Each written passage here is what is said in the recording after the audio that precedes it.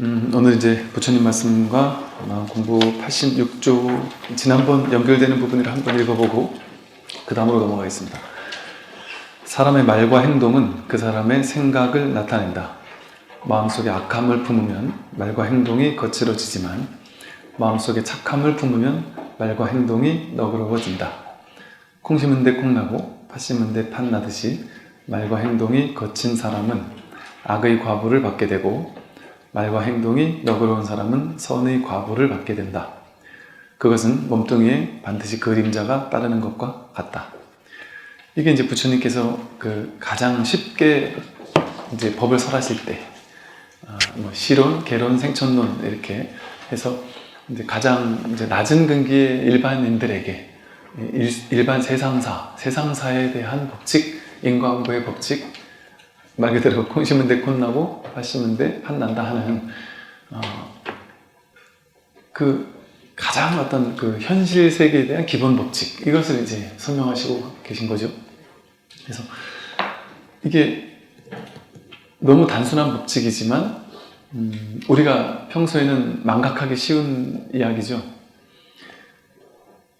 습관적으로 욕하고 습관적으로 남을 헐뜯고 또 습관적으로 남을 비방하고 또 이렇게 좀 잘 나가는 사람 보면 질투하고 이게 의외로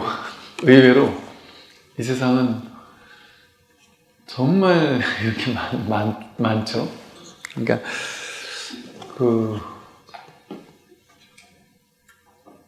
이제 뒤에도 나오는데 수희찬탄이라고 나오는데 뭐 잘하는 사람이 잘하는 꼴을 못 보는 사람이 너무 많죠. 그래서 너무 잘하면 이게 이제 찬탄해주면 그게 내공덕이 돼버리는데 그걸 이제 막 질투하고 욕하고 또 나는 그렇게 못하는 거에 대한 어떤 뭐 이런 것 때문에 자꾸 나랑 비교를 하는 거예요. 이게 나라는 게 따로 없는지를 안다면 그가 나고 내가 그인데 그를 욕하는 건 나를 욕하는 거거든요. 반드시 나에게서 나가는 거는 이게 이 법에서는 나가고 들어오는 게 없습니다. 안팎이 따로 없습니다. 인과가 둘이 아니거든요. 그 말은 내가 상대방에게 욕하는 거는 100% 내가 나 자신에게 욕하는 건 줄 모르는 거예요. 너무 단순한 부처님께서 이렇게 아주 쉽게 설명해 놓으신 건데 내가 말하는 말의 습관, 남들에게 이렇게 말하고 저렇게 말하고 좀 거친 말을 한다. 그대로 자기에게 하는 말이에요. 그러면 빠르면 이제 공덕이 좀 있는 사람은, 복과 지혜가 좀 있는 사람은 나쁜 업을 짓잖아요. 그럼 그 과보를 빨리빨리 받는단 말이죠, 금생에. 그러니까 내가 나쁜 짓을 하니까, 나쁜 말을 하니까 바로 나에게 나쁘게 돌아오는구나, 이렇게 빨리 깨달을 수 있어요. 근데 업장이 너무 지중하고 업장이 너무 받을 게 많은 사람은, 큰 사람은 지금 안 받는단 말이에요, 과보를. 그러니까 자기가 나쁜 짓을 하는데도 별로 나쁜 결과가 안 오니까 이거 뭐 별거 아니네. 내가 처음 한번 나쁜 짓 하기가 쉽지, 그 다음 한 번 물꼬를 터버리면 그 다음부터는 한 번 해도 이거 뭐 할만한데? 사기 한 번 치고 도둑질 한 번 했는데 안 걸렸다. 이거 뭐 별거 없네, 이러고 이제 또 하고 또 하고 그럴 거 아니겠어요? 그럼 그게 업습이 된단 말이에요. 근데 그 사람이 당장의 과보를 안 받을 수 있단 말이죠. 업이 너무 두터우니까 이거 과보 받기보다 더 다른 거 받아야 될 업들이 많아서, 그런데 잘 될 수도 있단 말이죠. 그 과보를 받기 전까지는 잘 되는 일이 벌어질 수도 있어요. 그거는 또 다른 그 전에 지은 업 때문에 그럴 수도 있겠고. 요즘 나는 신이다. 진짜. 이게 뭐지? 싶은, 진짜. 이 세상에서 이게 가능한가? 한 번, 두 번, 세 번 했는데, 이게 지옥에 떨어져야 되는데, 그런 나쁜 짓을 하면. 지옥에 떨어져야 되는데, 지옥에 떨어지기는 커녕, 이 사람들이, 이게 부산 사투리로, 전마들이, 그거 다 속네? 나도 지금 이게 긴가민가 싶은데, 이 사람들 다 속는단 말이에요. 그래서 어떤 목사님이 어디 나와가지고 인터뷰를 하시는데 그 얘기를 하더라고요. 왜 이런 일이 벌어질까요? 하고 물었더니 그 목사님께서 이런 말을 하세요. 교회에서는 그 답을 주는 종교다, 쉽게 말해. 예수님이나 하나님께서 진리를, 답을, 이게 답이다라고 딱 주는 종교다 보니까 그가 예수고 그가 답을 준다고 하니까 나는 답을 모르는 사람이고 저분은 답을 아는 사람이다. 그러니까 그분이 하는 건 아무리 내가 이해가 안 돼도 이건 내가 부족해서 이해가 안 되는 걸 거야. 저분은 답이야. 그러니까 그 답이라고 느끼는 거죠. 그 왜 이런 일이 벌어질까요? 사람은 그 옳고 그름이라는 게 고정돼 있지 않아서 그런 것 같아요. 옳고 그른 게 본래 없잖아요. 본래 옳고 그름이 없거든요. 인연 따라 오름이 됐다, 인연 따라 그름이 되기도 한단 말이에요.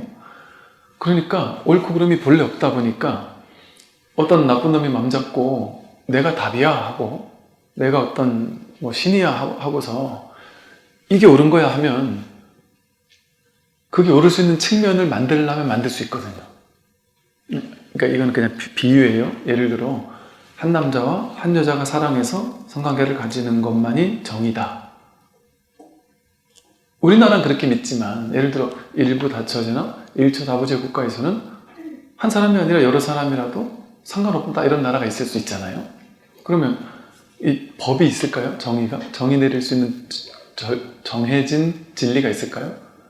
한 사람은 한 사람하고만 사랑을 해야 되는 게 정해졌느냐, 아니면 두세 사람하고 사랑해도 된다고 정해졌느냐, 인연 따라 다르잖아요.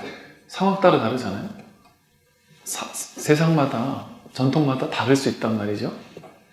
그러니까 이것처럼 정해질 수가 없어요. 법은 옳고 그름은 이 생각, 분별의 문제거든요. 분별이 어떻게 진리일 수가 있습니까? 그러니까 이렇게 옳고 그름이 없단 말이죠. 그러니까 누군가가 말도 안 되는 소리를 해도 생각으로 꽤 맞추려면 생각은 충분히 꽤 맞춘다니까요. 그걸 사람을 죽였다, 이거 무조건 나쁘다고 할 수 있을까요? 상황 따라 안 나쁠 수도 있거든요. 전쟁이 일어났다, 우리 조선시대 때 스님들이 막 승군을 일으켜서 싸웠던 것처럼 그 스님이 죽였다는 소리잖아요. 그리고 일본의 뭐 야사에 승군이 나타나면 도망가라, 이렇게 제일 무서운 집단들이다, 그 이상한 사람들이다, 뭐 완전 죽고 살고 상관없이 막 싸운다, 그런 게 있다 그래요. 그러니까 겁나게 잘 썼다는 거 아니에요, 스님들이? 그러면 쉽게 말하면 겁나게 사람을 많이 죽였다는 얘기 아니에요, 쉽게 말하면. 스님이 그럼 되냔 말이에요. 안 되죠. 그런데 그거 가지고 누가 욕하는 사람이 있냔 말이에요. 아, 스님들께서 우리를 위해서, 우리 국가를 위해서 이렇게 애써주셨구나, 이렇게 생각을 하지. 즉 제가 어떤 말을 하려고 하는지 아실 거예요. 선과 악이라는 게 정해져 있지 않다 보니까 자기가 그냥 선악을 주관하려고 하는 거예요. 왜? 사람은 모르니까. 왜 모르느냐? 정해진 게 없으니까. 그런데 이것을 누군가가 나타나서 정해져 있다, 선악은 정해져 있다, 내가 말하는 게 선이다, 나는 선을 정하는 사람이다, 나는 진리를 정하는 사람이다, 너희들은 모르는 어리석은 존재들이니까 따라오기만 하면 된다. 이게 제일 위험한 거잖아요. 제가 지난번에 말씀드린 것처럼 사실은 공자도 약간 이런 식이었다 그러죠. 정명론이라고 해서 바른 게 무엇인지를, 정의를 딱 내려주는 사람, 성인은 정의를 내려주는 사람, 답을 정해주는 사람, 인의예지 뭐 사단 이래가지고 옳은 것이 뭔지를 탁탁 정해줘서 성인 정해주는 사람이고, 일반인들은 배우고 학습해서 성인이 정해준 그 길을 잘 따라가는 사람은 성인과 가까운 좀 높은 훌륭한 사람으로 하고, 그렇지 못한 사람은 아주 수준 낮은 사람으로 한다. 이게 어리석은 생각인 거예요. 성인이 정해주는 사람이라는 게, 그렇게 해서 정한 법칙이 그게 올바른 법칙일까요? 절대적인 선이거나 이럴 수 있냔 말이죠. 본래 절대적인 선이나 악이 없어요. 그런데 상대적으로 봤을 때 야, 이게 그래도 사람 죽이지 마라, 이런 건 누가 봐도 진리가 있잖아요. 그러니까 몇 가지를 얘기를 한단 말이죠. 5개, 10개 뭐 이런 것들 얘기를 해서 무조건 절대적으로 따라라. 그렇게 하면 이제 사람이 차별이 된단 말이에요. 일단 그 기준을 정해놓은 성인과 우리 중생이 둘로 나뉘죠. 불이법이 아니죠. 그리고 중생들 사이에서도 계급이 나뉘어요. 이걸 잘 따르는 사람과 못 따르는 사람. 계급적 차별이 나뉜단 말이에요. 이게 모든 진리에서 가장 위험하다고 여겼던 거거든요. 둘로 나누는 게 가장 어리석은 거예요. 근데 벌써 이렇게 성인은 답을 주는 사람이라는 것 자체가 얼마나 어리석은 생각이에요? 답이 있어야 답을 정하죠. 근데 우리가 그러니까 이 부처님 가르침에서는 이걸 제대로 믿으면 그렇게 이제 그런 게 잘 없잖아요. 불교, 그러니까 제가 불교는 종교도 그럴 수 있어요. 그럴 수 있는데 불교를 제대로 공부하고 제대로 믿게 되면 특정 어떤 사람을 뭐 광신한다든지 맹신한다든지 그럴 수가 없죠. 왜냐하면 자기의 각자 자기 죄를 깨어나게 하거든요. 그러니까 맹목적으로 믿지 말라고 하거든요. 내가 말을 해놓고 나서도 큰 스님들, 조사 스님들은 전부 다 어떻게 하냐면 법을 설하고 방편을 펼치고 나서 그거를 거두어드리는 거거든요. 내가 이거다 하고 얘기한 다음에 그걸 자취를 지어버린단 말이에요. 이것도 방편일 뿐이었다. 내 말에도 속지 마라. 부처님께서 계율을 그렇게 설하셨지만 열반하실 때 야, 뭐 봐서 소소한 계율은 무시해라. 없애도 된다. 이러셨거든요. 내 말에도 집착해서는 안 된다는 거거든요. 그리고 나는 법을 설했지만 한 법도 설한 바가 없다. 그랬단 말이에요. 그럼 바로 부처님 말에도 속지 말라는 거거든요. 금강경에 불법에도 집착해서는 안 될 건데 하물며 비법에 집착해서 되겠느냐 이제 이런 말을 하거든요. 불법은 누구를 추앙하고 어떤 기준을 세우고 뭐 옳고 그른 정의를 세우거나 진리를 세우지 않아요. 불교에는 내세우는 진리가 따로 없어요. 그 모든 걸 전부 다 그냥 깨뜨려 버리는 거죠. 파사현정. 삿된 것을 분별망상, 옳다 그르다 하는 생각, 분별망상을 파사, 삿된 걸 깨뜨리는 거예요. 그러면 본래 지혜는 각자 자기에게 다 갖춰져 있던 거란 말이에요. 그게 드러난단 말이죠. 그러니까 쉽게 말하면 불교에서는 한 명의 성인이, 기준을 정해주는 성인이 따로 있는 게 아니라 우리 모두가 분별만 여의게 되면 각자가 자기가 자기 삶의 성인이란 말이에요. 자기가 주인공이고 자기가 신이고 자기가 붓다고 자기가 메시아고 그러니까 각자 자기를 살리는 거거든요. 근데 이 자기라는 게 자기라는 개별성을 지닌 자아를 살리는 게 아니죠. 전체로서의 이 둘이 아닌 이 하나로 깨어나게 하는 거거든요. 그러니까 이 불교 공부를 하면 할수록 나뉘는 걸 자꾸 통합하는 방향으로 가죠. 둘로 셋으로 쪼개지 않죠. 잘나고 못난 사람을 나누지 않죠. 둘로 쪼개는 그 문화 전통이라는 걸로 방편으로 이렇게 써오는 것도 우리가 그걸 방편인 줄 알고서 그걸 그냥 활용하는 건 좋아요. 근데 그걸 방편인 줄 모르고 그냥 맹목적으로 따르면 안 되죠. 이 스님들을 그냥 편의상 집단 생활을 하면, 여러분 집단 생활하는 사람 치고 유니폼 안 입는 데 없잖아요. 군대 군복이 있고 경찰도 경찰복이 있잖아요. 집단 생활할 때는 그게 필요하거든요. 그 방편이에요, 방편. 그러니까 스님들이 승가 생활을 집단 생활 하려고 하니까 부처님이 워낙 똑똑하신 분이셔요. 왜냐하면 출세관으로만 똑똑한 게 아니라 세간적으로도 부처님은 그 당시 인도에 있던 왕족으로서 최상의 교육을 다 받았거든요. 언어, 문학, 수학, 과학 모든 것을 다 공부했단 말이죠.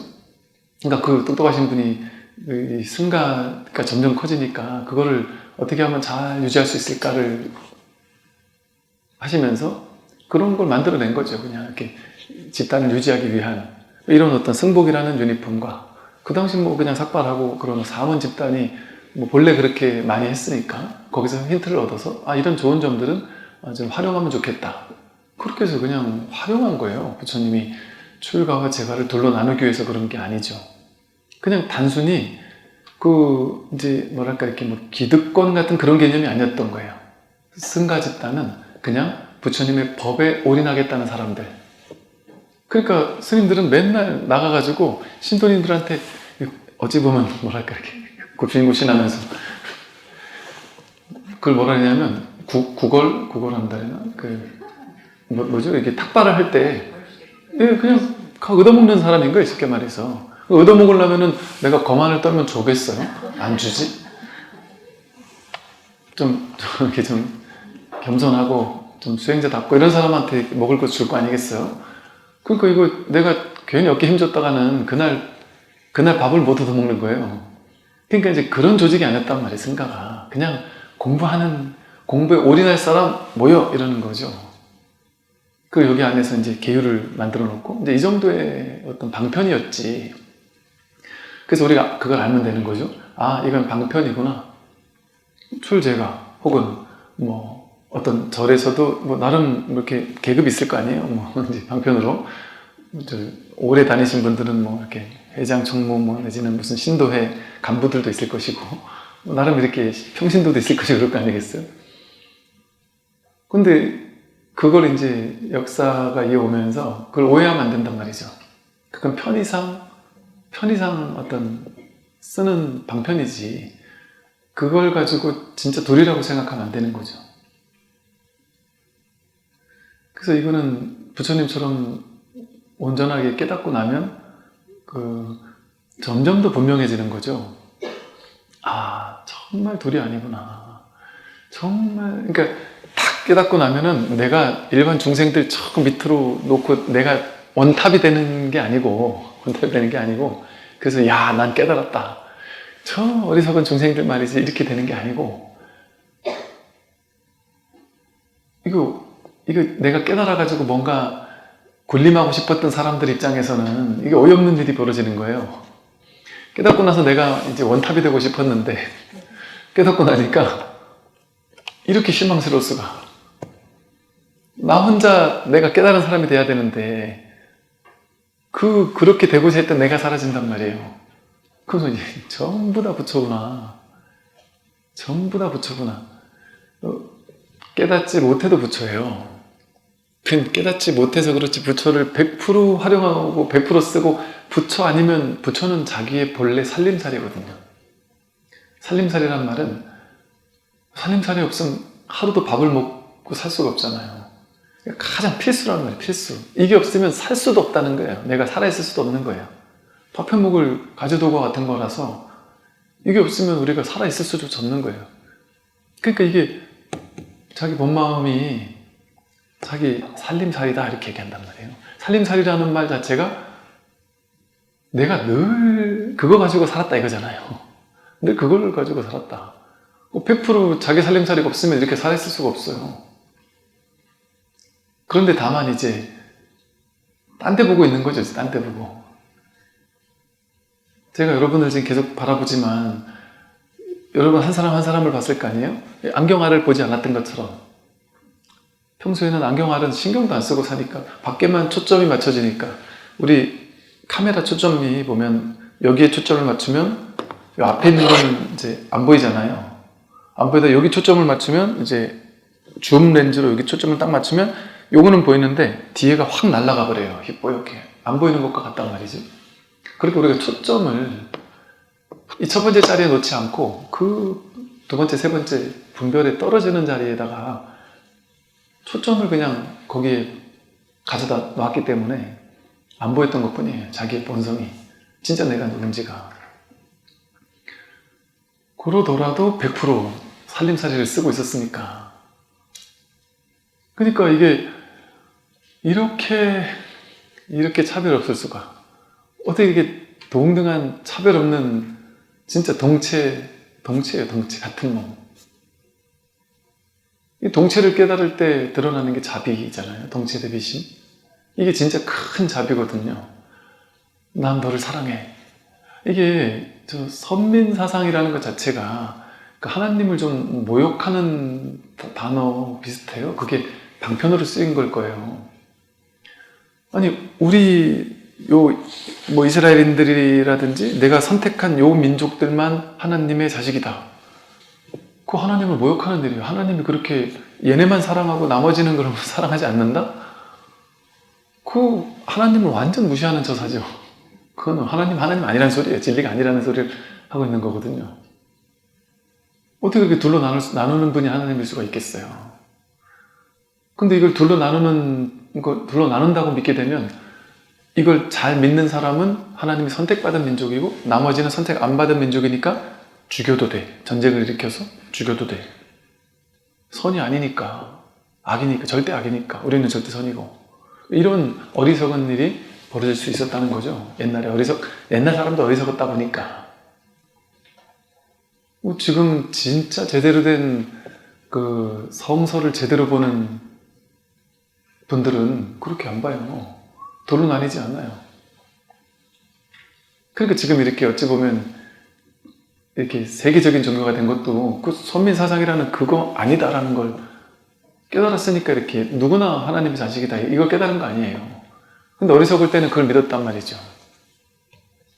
이와 같이 우리가 종교도 성장하고 성숙할수록 정말 둘이 아니구나. 둘로 나누는 발상을 이렇게 방편으로만 임시로 쓸 뿐이지 거기에 내가 종속되진 않는단 말이에요. 그러니까 불자들 같으면 절에서 스님 만나면 합장하고 이렇게 존경하고 존중한단 말이에요. 아, 이 공부를 매진하는 분이시구나. 이 공부에 정말 이렇게 발심을 하신 분이구나 하는 그런 측면에서 존중하는 거죠. 그런데 그걸 잘못 생각하면 어떻게 되냐면 저분들은 깨달음에 빨리 갈 텐데 나는 제가 자라 머리도 안 감고 유니폼도 안 입어서 나는 빨리 깨달을 수 없을 거야. 이렇게 생각한다면 그건 정말 잘못된 생각이죠. 그 상을 깨뜨려야죠, 그 상이. 그건 전혀 그런 게 없어요. 제가 그 말씀 드렸죠. 제가 충격받았던 게 처음 출가할 때 충격받았다고. 스님께서 부처님이 오라 비구여 하듯이 스님께서 저는 그냥 인사드리고 한두 달 있다 올라 했는데 인사드리러 제가 이제 몇 달 있다 올 겁니다, 스님. 이제 정리 다 해놓고 이렇게 딱 준비한 채 딱 들어오겠습니다. 한두 달 있다 들어오겠습니다. 이렇게 인사를 드렸단 말이에요. 당신도 안 되는 게 아니고. 근데 따라 나서 이게 당신 항상 하는 수법이라 안 되고 항상 그러셨더라고요. 그러면 그 자리로 그냥 따라 나서는 것도 난 아직 준비가 안 됐는데 갑자기 머리를 깎이고는 행자복이 아니라 승복을 입히고는 갑자기 스님이 돼가지고 그때 제가 큰 걸 깨달았어요. 스님이 따로 있는 게 아니구나. 이렇게도 스님이 되는구나. 아무것도 안 했는데 갑자기 스님이 되는구나. 부처님이 오라 비구요 하면 바로 스님인 거예요. 그냥 와서 머리 깎으면. 그러니까 거기 뭐가 있냔 말이에요. 그런데 이제 문화와 전통으로서 역사가 이어오다 보니까 그냥 오라 비구 해버리면 부처님은 법력이 있으니까 그렇게 됐었을 텐데 큰 스님이니까 법력이 있으니까 이렇게도 하고 저렇게도 하고 굴레에 저촉받지 않는단 말이에요. 쉽게 말해 큰 스님들은. 근데 일반인들은 그러면 안 되죠.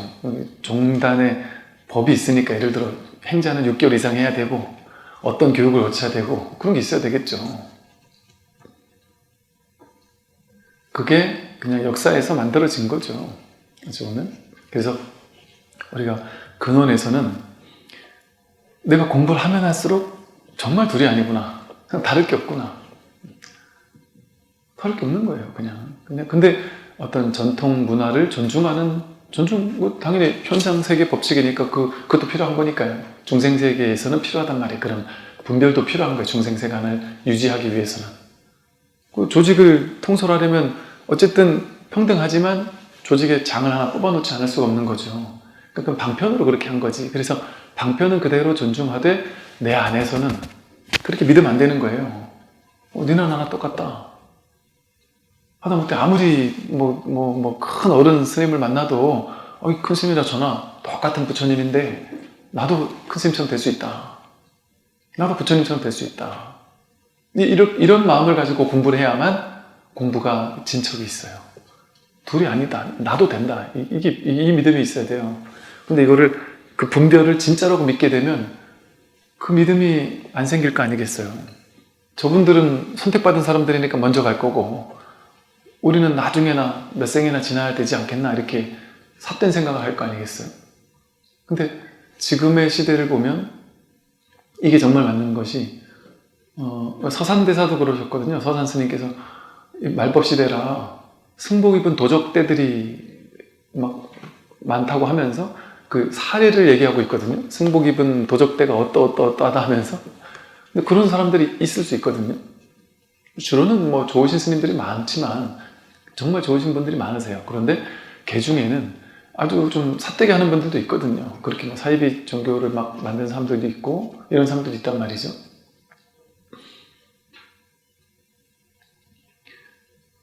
그래서 우리가 뭐랄까 이제 내 마음에서는 아 정말 둘이 아니구나 이런 믿음을 가지고 있어야 돼요.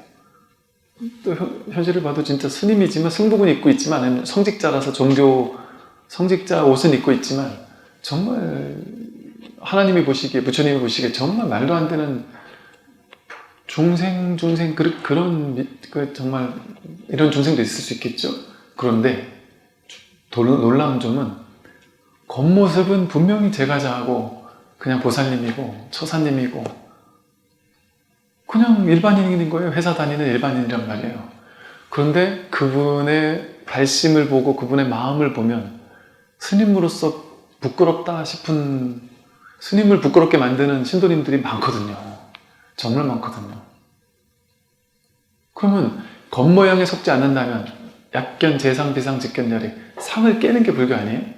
상을 빼고 본다면 그 부처님이 그러셨잖아요. 전에 부처님은 말과 생각과 행동, 행위를 보고 그 사람을 판단하지 겉모습 보고 판단하지 않는다.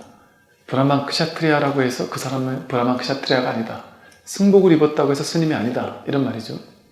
그 사람의 말과 생각과 행동이 정말 수행자다운 사람이냐, 그것이 좌우하는 거거든요. 그러니까 정말 이제 이게 상을 깨고 바라보면 승복 입고 벗고 머리를 깎고 안 깎고 유무와 상관없이 수행자와 수행자 아닌 게 보이죠. 정말 수행자답구나. 이 사람은 참 수행자다. 그런 분들이 점점 많아지고 있죠. 점점 많아지고 있어요. 그러니까 지금은 이게 무의미한 것 같아요.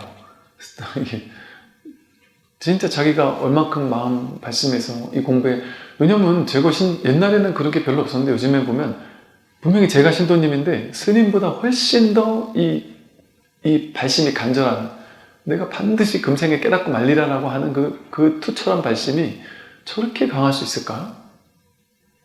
야, 진짜 머리만 안 깎았다 뿐이지 저분은 진짜 스님이지. 심출가, 저게 심출가구나. 그렇게 스님들을 이렇게 뭐랄까 자극시키고 스님들도 경책시키는 신도님들이 정말 많단 말이에요. 그래서 어쨌든 우리가 이렇게 불이법이라는 진실, 여기 이제 가까워져야 되겠다. 그대들이 진리답게 살려면 대장부의 기상을 가져야만 한다. 깨진 그릇에는 좋은 음식을 담을 수 없듯이 자기 분명한 마음의 중심도 세우지 못하고 이리 흔들리고 저리 흔들리면 결코 법다울 수 없다. 그릇이 크고 중심 잡힌 사람은 남들의 말에 현혹되지 않는다. 자기가 살아가는 곳곳에서 주인이 되면 그가 사는 것이 항상 참됨이 되니 조건에 휘둘리지 말라. 이렇게 나오는데요. 이제 대장부의 기상, 이 대장부라는 게 남자를 얘기하는 게 아니에요. 뭐 보통 사내 대장부 이렇게 쓰다 보니까 남자를 얘기하는 줄 알았는데 그게 대장부가 아니라 대장부는 이 공부하겠다고 마음을 낸 분별에 속지 않겠다고 마음을 내고 발심을 한, 그걸 이제 대장부라고 할 거예요. 이 마음의 중심을 세운다라는 것이 우리는 그 분별에 끌려다니잖아요. 항상 마음의 중심을 세우지 중심이 없으니까 분별에 속아서 이리 끄달리고 저리 끄달리고, 좋아 보이는 거는 더 집착해서 가지려고 마음을 휘둘리고, 갖지 못해서 괴롭고, 나보다 많은 사람 때문에 질투나고, 또 내가 갖기 싫어서 버리고 싶은데 저 사람 만나기 싫은데 자꾸 만나게 될 때 화가 나고 괴롭고 휘둘린단 말이에요. 괴로운 마음에. 그러니까 자기 중심이 없어서 그래요. 분별에 끌려다니니까. 그러니까 이를 휘둘리고 저를 휘둘리는 건 법다울 수 없죠. 그게 왜 휘둘리겠어요? 분별을 따라가니까. 분별을 실제라고 여기면서 그 분별에 끌려다니는 삶을 살게 되니까. 크고 중심 잡힌 사람은 남들의 말에 휘둘리지 않는다. 분별을 현실화시키는 것이 바로 말이거든요. 말.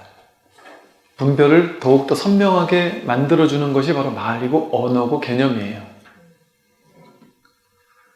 분별이 마음에서 어떤 이미지로 이렇게 상으로 있다가 그게 언어로 탁 표출되면서 그게 이제 굳어지는 거예요. 실제인 것처럼. 실제인 것처럼 딱 굳어져요.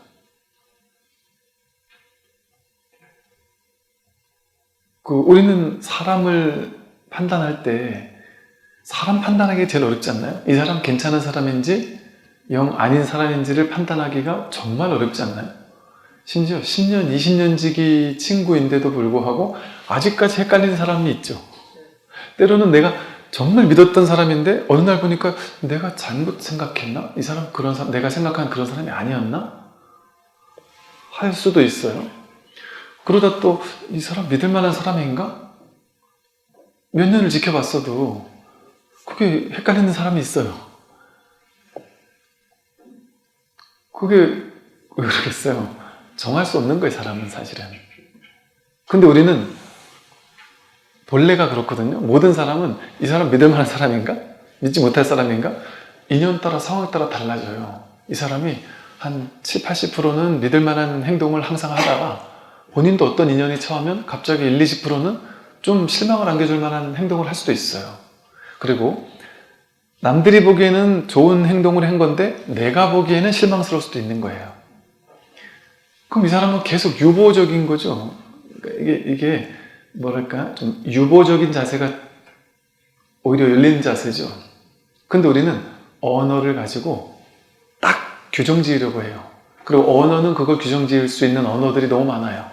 그래서 그 사람 어떤 사람이야? 라고 물어보면 우리는 말로 대답하잖아요. 말로 대답해서 믿을만해. 사람 괜찮아. 이렇게 얘기하면 믿을만한 사람으로 딱 낙인 찍힌 거예요. 그럼 그렇게 믿어버려요. 그랬다가 나중에 당해버리면 더 크게 믿은 사람한테 내가 더 크게 당했다고 하기도 하고 말이라는 것이 그렇게 그 사람을 규정해버리는 거예요. 근데 또 그렇게 믿었다가 그렇게 내가 아주 좋은 사람이라고 듣고 말로 해서 믿었는데 나중에 누군가가 충격적인 사실을 알려주는 거예요. 모든 사람이 전부 다 이 사람은 훌륭한 사람이라고 다 하고 완전히 막 떠받드는 사람이었는데 그래서 그 말로 이 사람은 메시아야, 이 사람 훌륭한 사람이야 이렇게 다 모두가 다 그렇게 규정해서 그걸 믿고 살았는데 어느 날 누군가가 나타나서 야, 그 사람 메시아가 아니라 미친놈이야 이렇게 얘기하면 이제 충격인 거죠. 이게 진짜일까? 가짜일까? 해서 그 둘 중에 하나를 선택한단 말이에요. 사람은 진짜인가 아닌가 둘 중에 하나 선택한단 말이에요. 말이라는 게 이렇게 이거 아니면 저거를 선택하도록 만드는데 여러분 스스로를 돌이켜 봤을 때 어떨까요? 여러분 스스로가 모두에게 좋은 사람일 수 있을까요? 저는 모두에게 좋은 사람일 수 있을까요? 아니죠. 부처님은 모든 사람에게 좋은 사람이었을까요? 아니죠. 부처님 때문에 너무 괴로웠던 사람들이 많았죠. 그 당시 성직자들은 부처님을 다 싫어했을 거니까 일단 그 깨달은 사람의 존재는요, 깨닫지 못한 성직자들에게 있어서 제거 대상 1호입니다. 요즘 같으면 감옥 가니까 안 되지만 옛날 같으면 감옥 안 가잖아요. 소리 소문 없이 없앨 수 있잖아요. 당연히 제거 대상 1호 아니겠어요? 밥그릇 뺏는 사람이니까. 진짜 깨달은 사람이라고 소문이 나기 시작해버리면 어떻겠어요? 나머지 사이비 이상한 종교는 다 무너지는 거 아니겠어요? 밥벌이가 안 된단 말이에요. 그 부처님이 실제로 제거 대상 1호였단 말이에요. 모함 대상 1호였고 실제로 그것 때문에 그 당시 막 소문이 나기를 목건년이 신통제리라 야, 우리가 부처님을 어떻게 할 수가 없어. 목건년이 신통제일이라서 목건년이 신통을 써버리면 우린 다 죽는다. 그러니까 이게 목건년을 먼저 죽여야 되겠구나. 저놈만 죽이면 부처님도 힘쓸 수 없겠구나. 그랬단 말이죠. 근데 나중에 아마도 모르긴 해도 그러지 않을까요? 부처님이 목건년에게 신통을 쓰지 말라고 했단 말이죠. 그건 도가 아니다. 그러니까 그걸 알고서는 이제 야, 목건년만 제거하면 불교도 아무것도 없다. 이러지 않았겠어요? 이렇게 뭔가 이렇게 언어라는 것 자체가 어떤 분별을 강화하는 역할을 해요.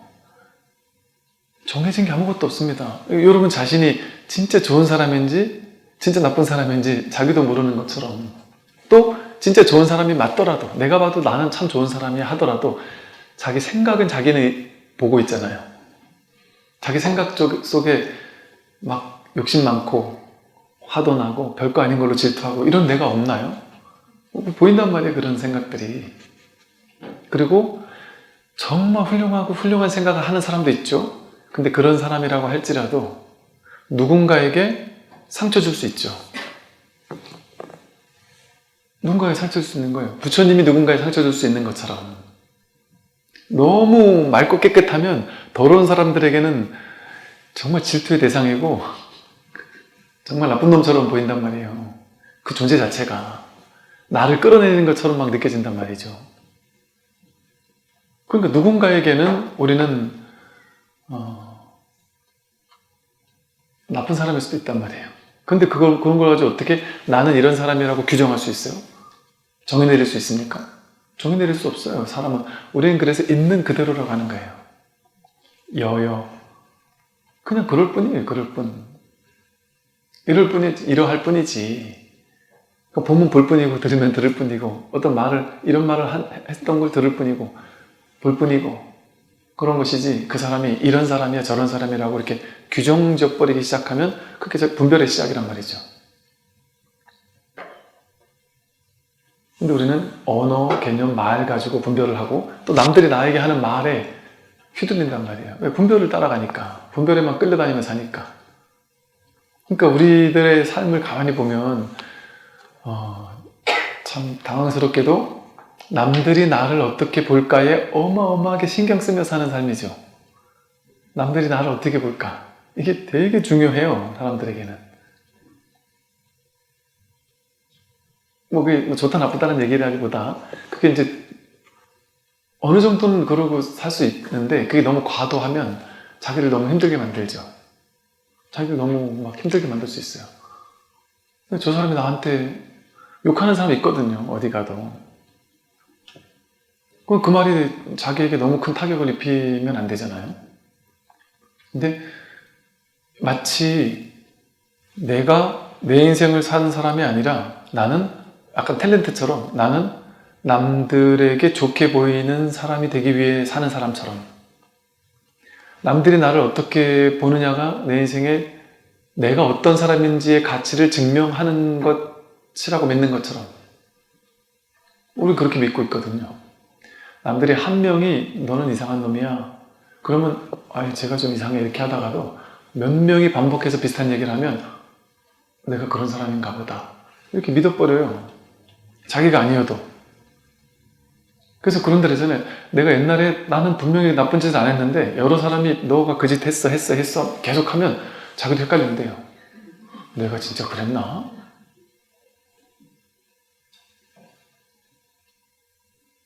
이렇게 말 가지고 언어는 임시로 쓰는 거예요. 우리가 필요해서 임시로 쓰는 건데 우리 마음을 가만히 관해보면 우리가 얼마나 그 언어라는 분별에 끌려다니는지, 말이라는 분별에 끌려다니는지.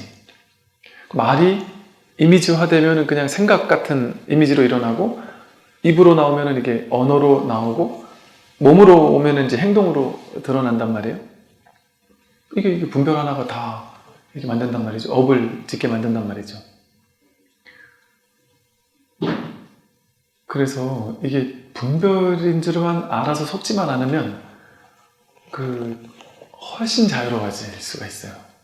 훨씬 이제 가벼워질 수가 있는 게, 분별이라는 건 전부 다 자기 생각이라는 거잖아요.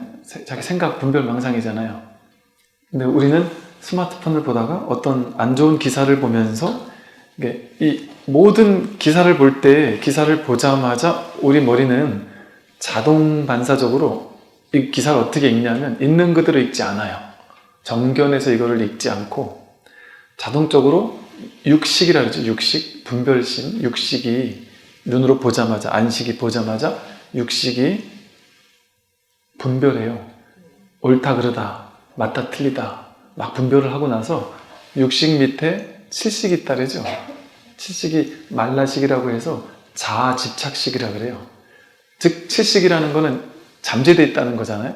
즉 나도 모르게 칠식이 작동한다는 거예요. 신문 기사를 보자마자 나도 모르게 이거를 나와 연관해서 읽기 시작해요.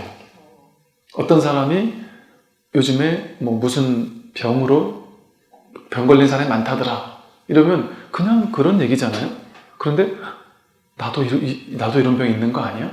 이렇게 나도 모르게 나와 연결을 시키고, 뭐 교통사고가 크게 났다더라, 이거 나도 이런 교통사고 나는 거 아니야? 비행기가 전에 제가 그 영상을 봤어요. 비행기가 이렇게 활주로 이렇게 내리다가 뭐가 하나 잘못돼가지고 이게 이렇게 뒤집어지면서 정말 장난감 부러지듯이 비행기가 이렇게 나동댕이 이렇게 돌면서 나동댕이 치면서 날개가 다 날아가면서 처박히는 동영상을 한번 본 적이 있거든요. 보자마자 비행기를 타는 사람은 보자마자 그게 이제 자동 연상되면서 이 비행기도 그럼 어쩌지? 나와 연결을 시키거든요. 그러니까 기사만 봐도 괴로운 거예요, 우리는. 나와 상관없는 걸 그냥 구경하듯이 보면 상관없잖아요. 구경하듯이 그냥 있는 그대로 보면 되는데 식을 가지고, 분별심을 가지고 보고 자아 집착심을 가지고 본단 말이에요. 그리고 이걸 보는 데 있어서 어떤 사람은 긍정적으로 보는 사람도 있고 볼 때마다 부정적으로 보는 사람도 있겠죠. 또 어떤 사람은 보자마자 막 욕을 하면서 보는 사람도 있잖아요. 그거는 뭐라 하냐면 팔식이라 그래요. 팔식. 잠재의식 속에 업장들이, 그동안 내가 쌓아놨던 삶의 경험에서 만들어진 업들, 뭐 안 좋은 거 봤을 때 욕을 한 번 한 사람은 두 번째 욕하기 더 쉬워지죠. 세 번째 욕하기 더 쉬워지죠. 나중에 이거 14번, 20번 반복되는 업으로 쌓이게 되면, 아레아식 속에 업이 쌓이게 되면 반복된 습관적 패턴들이 나도 모르게 잠재의식 속에 이걸 보자마자 부정적으로 보게 해석을 한단 말이에요. 자기 안에 어떤 게 쌓였느냐에 따라서. 그러니까 그래서 이게 책임감을 가지고 영화 한 편을 선택해야 하고 신문 기사를 선택해야 한다는 것이, 세상에는 엄청 많은 정보가 있잖아요. 근데 그 정보를 내가 어떤 걸 선택할지에 대한 주도권 자기에게 있잖아요. 근데 그거를 우리는 유명한 배우가 나왔다는 이유로, 아니면 좀 독특한 영화라는 이유로, 아니면 좀 다소 폭력적이긴 하고 자극적이긴 하지만 작품성이 뛰어나다라는 이유, 뭐 온갖 이유를 다 해가지고 그런 것들을 그냥 별 생각 없이 이렇게 막 선택을 하게 되면 이게 70, 80에 쌓여있던 것들이 그거를 왜곡되게 자꾸 해석을 해버려요. 그래서 내 안에 또 다른 식으로 쌓아놓는단 말이에요.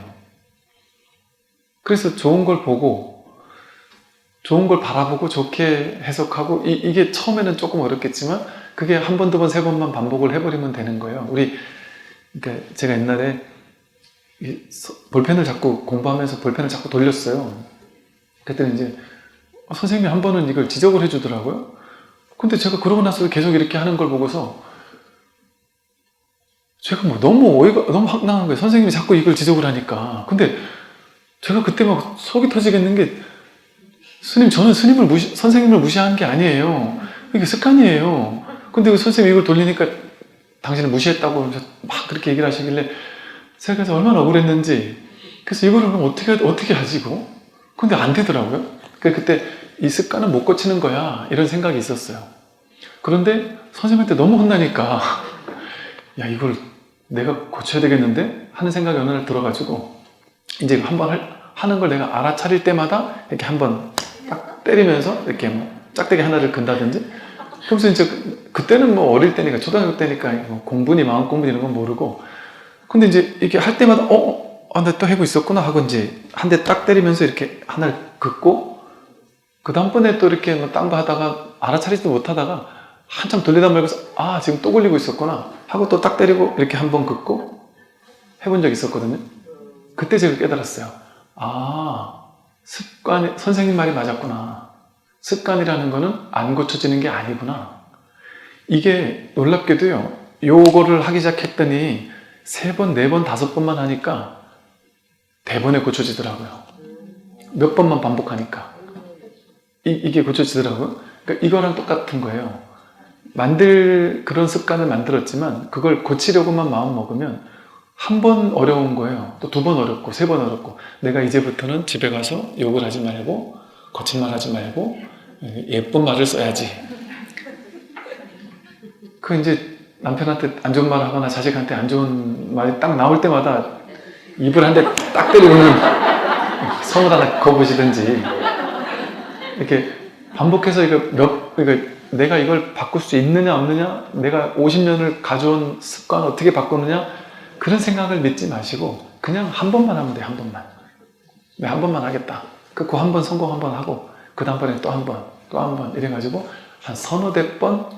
그래서 불교에서는 7이라는 숫자를 뭐 10주 얘기를 하잖아요. 우리 7읽기도 77에 49, 49제 한 3번에서 7번만 하겠다 하는 마음으로 그냥 바꿔보는 거예요. 그냥 바꿔보기 시작하면 그 분별이 처음엔 어렵고 2번째 조금 쉽고 3번째 약간 더 쉽다가 4번, 5번, 6번 하면 점점 쉬워져서 그게 이제 습관으로 굳어지는 거예요. 아래아식으로 쌓이는 거예요. 말 예쁘게 하는 습관이 아래아식으로 쌓인단 말이죠. 손찌검 하는 습관 이게 한 번, 2번, 3번 하면 이게 잦아든단 말이죠. 그럴 수밖에 없는 게 업은 자기가 살면서 만든 거잖아요. 그러니까 이게 너무 과도한 업은 그게 자꾸 재생산되고 재방법돼가지고 그걸 더 크게 자꾸 키워버리니까 그거는 이제 자기가 스스로 좀 이렇게 바꿀 수 있겠죠. 그래서 이 안 좋은 영화를 본다든지 스마트폰을 자꾸 본다든지 할 때마다 괴로웠던 거예요. 우리가 나는 아무것도 한 게 없는데 왜 괴롭지? 난 아무것도 한 게 없는데 왜 이렇게 힘들지? 생각이 자기를 힘들게 하는 거예요. 생각이 6식, 7식, 8식이 같이 합작을 해가지고 뭘 봐도 괴로운 거예요. 그걸 이제 뇌과학에서는 우리 뇌는 모든 걸 부정적으로 본다. 거의 대부분이 부정적으로 본다는 거예요. 긍정적으로 보는 경우가 잘 없대요. 그렇게 자꾸만 이렇게 정보를 볼 때마다 그렇게 보는 게 익숙해 있단 말이죠. 그러니까 가능하면 이게 습관적으로 자꾸 이렇게 보는 것도 조금 이렇게 자제 한번 하고 또 좀 안 좋은 거라든지 막 욕 나올 만한 것들이라든지 이런 것들은 저는 사실은 이게 제가 이제 우리 업계의 얘기니까 나는 신이다라는 걸 그냥 끝까지 봤지만 이게 우리 쪽 얘기가 아니었으면 종교 쪽 얘기가 아니었으면 이걸 못 보겠더라고요. 너무 이걸 내가 이걸 끝까지 봐야 되나? 도저히 못 보겠더라고요. 어지간하면 안 보는 게 나아요. 저도 자꾸 얘기하니까 죄송한데 어지간하면 안 보는 게 나아요. 물론 이제 또 도움되는 게 있긴 하겠죠. 그런 거 한번 보고 나면 어지간해서는 그런데 끝까지 가지 않겠죠. 속지 않겠죠. 그래서 이 마음 공부가 좋은 점이요. 그런 거에 중독되지 않게 만들어요. 법에도 중독되지 않게 하고 사람에게도 중독되지 않게 해요. 법정 스님이 그러셨나요? 나는 나한테 와서 막 이렇게 굽신거리면서 막 큰 스님 하면서 너무 이렇게 하는 사람은 나는 믿지 않는다. 오히려 그런 종교도 그랬대잖아요. 처음에 사람들이 혹한 게 나한테 과도하게 잘해주니까. 나 같은 사람한테 이렇게 따뜻하게 잘해줄 수가 있나? 그러니까 이렇게 혹한다래잖아요. 그래서 그런 걸 너무 과도하게 추구할 필요도 없는 것이죠. 그래서 삶의 경험에서 내가 선택할 수 있는 부분은 좀 어느 정도 좀 책임감을 가지고 삶의 경험을 선택할 필요도 있습니다. 그건 현실의 이 법칙에서는, 인과응보의 법칙에서는 이 업식이라는 게 그렇게 작동을 하기 때문에. 그러니까 이 업은 내가 안 좋은 업이다 싶으면 한번 몇 번만이라도 바꿔보면 그 다음부터는 그걸 바꾸기가 훨씬 수월해지죠. 그래서 이게 이제 그 임재록의 수처작주 입처계진이라는 말이죠. 자기가 있는 곳에, 자기가 서 있는 그 자리에서 주인공이다 이 소리예요. 주인공이 되라 막 이런 말이 아니에요. 자기가 있는 여기가 주인공이에요. 세상에는 뭐랄까 이게 자기뿐이거든요. 자기뿐. 그래서 어디 가도 자기가 주인이에요. 옛날에 학교 다닐 때 그러지 않나요? 학교 다닐 때 이렇게 학교에서는 친한 친구들하고 이렇게 있으니까 별로 그런 거 못 느끼다가 어디 낯선 친구들하고 낯선 사람들하고 이렇게 뭐 수련회 같은 거 하는 이렇게 캠프 같은 게 있었어요. 그때 뭐 보이스카웃이었는지 뭐 다른 학교 뭐 이렇게 우리 학교 대표로 저쪽 학교에 있는 많은 집단들하고 같이 가서 뭘 하는 게 있었는데 거기 몇 박 며칠을 갔는데 아는 사람도 없고 첫째 날 되게 공허하고 외롭고 막 집에 가고 싶고 막 이런 느낌을 우리는 가끔 한 번씩 이렇게 받잖아요. 근데 그때 저는 이 구조를 봤었거든요. 그때 어떻게 제가 해석을 했느냐면 수초작주. 아, 내가 있는 그곳에서 주인공이 되라. 야, 내가 여기서 주인공 돼야지. 여기 왔다고 혼자 낯설게 이러고 있을 필요가 있나? 여기서 내가 주인공이 되지. 뭐 이런 식으로 이제 생각을 했었는데 여기서 이제 주인공이라는 말은 본인이 주인이라는 거예요. 어디의 주인? 내 인생의 주인이 아니라 이 세계의 주인이에요. 이 우주 법계의 내가 주인이에요. 나 하나뿐이에요. 이 몸으로 봤을 때 이 몸이 나라고 여기면 나 하나뿐이 아니죠. 나와 남이 다 나뉘어져 있고 나는 요게 나니까 나는 남들보다 못한 게 너무 많잖아요. 부족한 것도 많고. 이 몸에서 노연하게 되면 이 몸과 마음이라는 오온을 나라고 여기는 허망한 망상에서 노연하게 되면 내가 주인공인 거예요.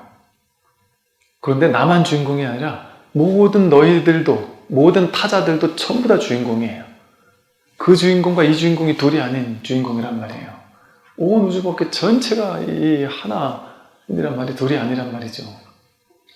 완전한 주인공들의 어떤 그 주인공들이 모두 다 저마다 하나의 주인공 하나가 그래서 이런 말을 쓰는 거예요. 하나의 법이 하나의 신이 분화해서 심심하니까 분화해서 다양한 삶의 경험을 하면서 삶의 재미를 꿈이라는 재미있는 꿈을 꾸고 있다.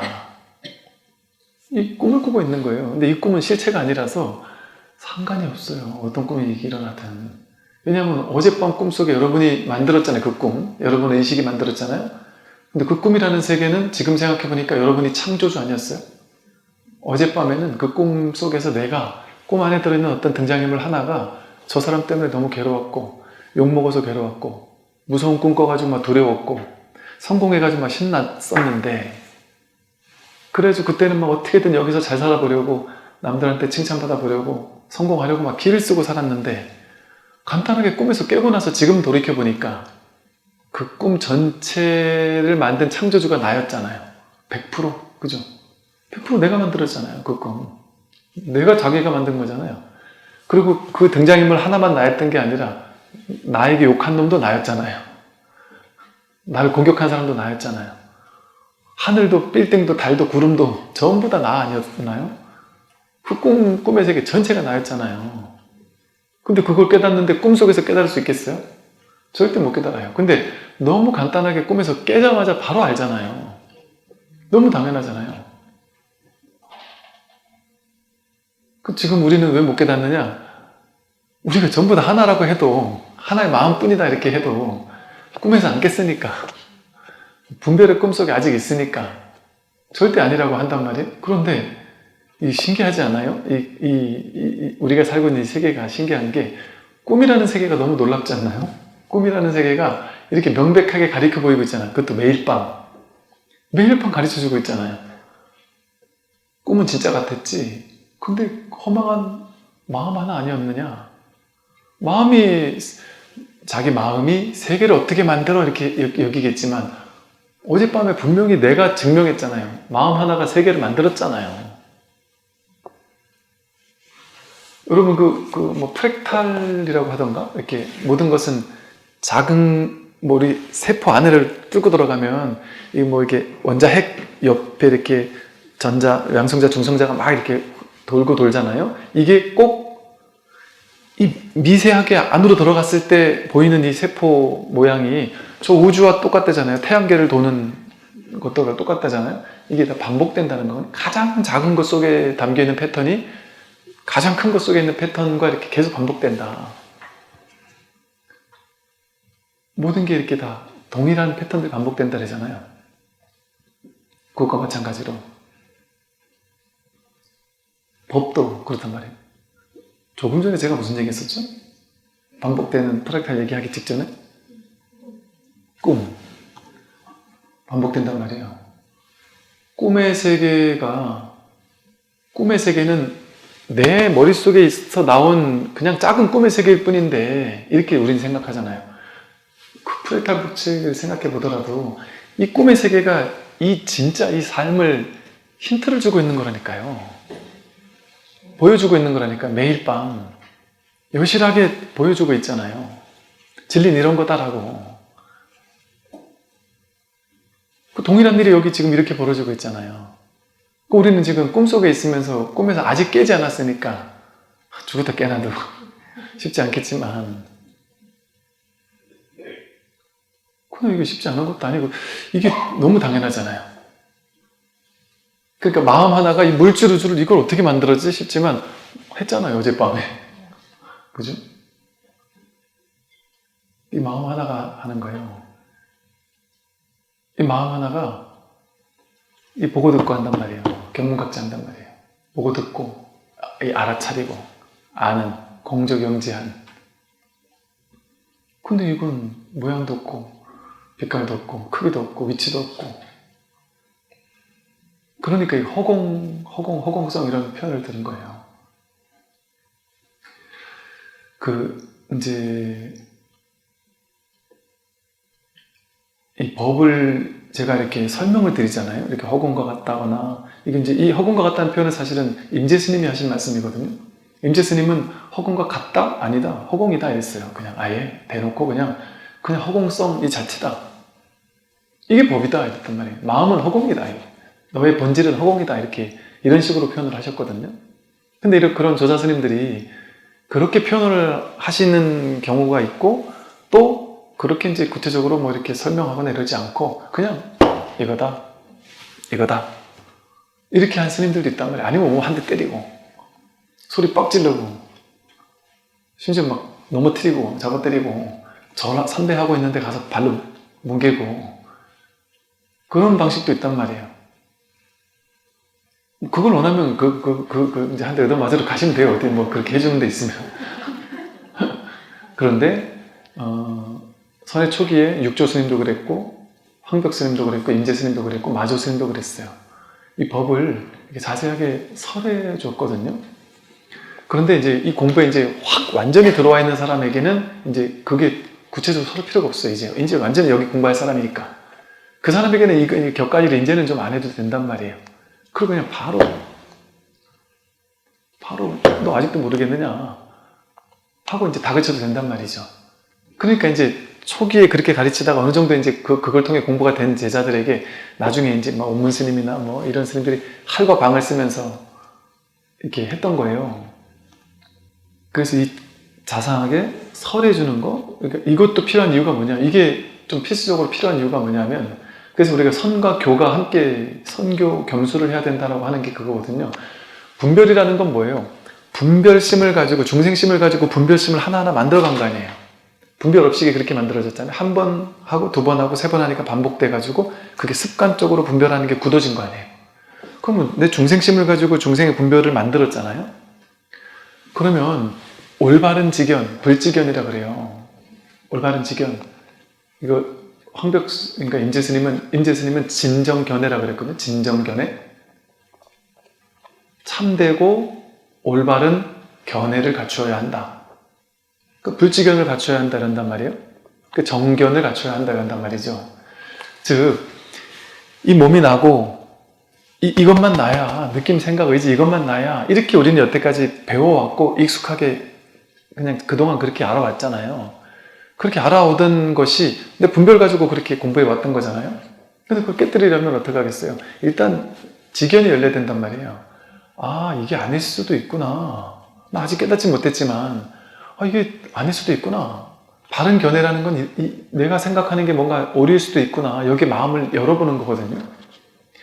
근데 그냥 여기에 대해서 아무런 어떤 바른 견해가 없이, 진정 견해가 없이 그냥 무조건 이게 법이야 이래버리면은 어떻게 들어갈 거냔 말이에요. 거기서 어떻게 발심을 할 거예요. 그래서 경전에서 보면 항상 바른 견해, 진정 견해를 갖추고 또 정견을 갖추고. 그러니까 부처님 평생 뭐 하셨어요? 평생 말하신 분이거든요. 평생 걸으면서 사람을 만나서 계속 말하신 분이거든요.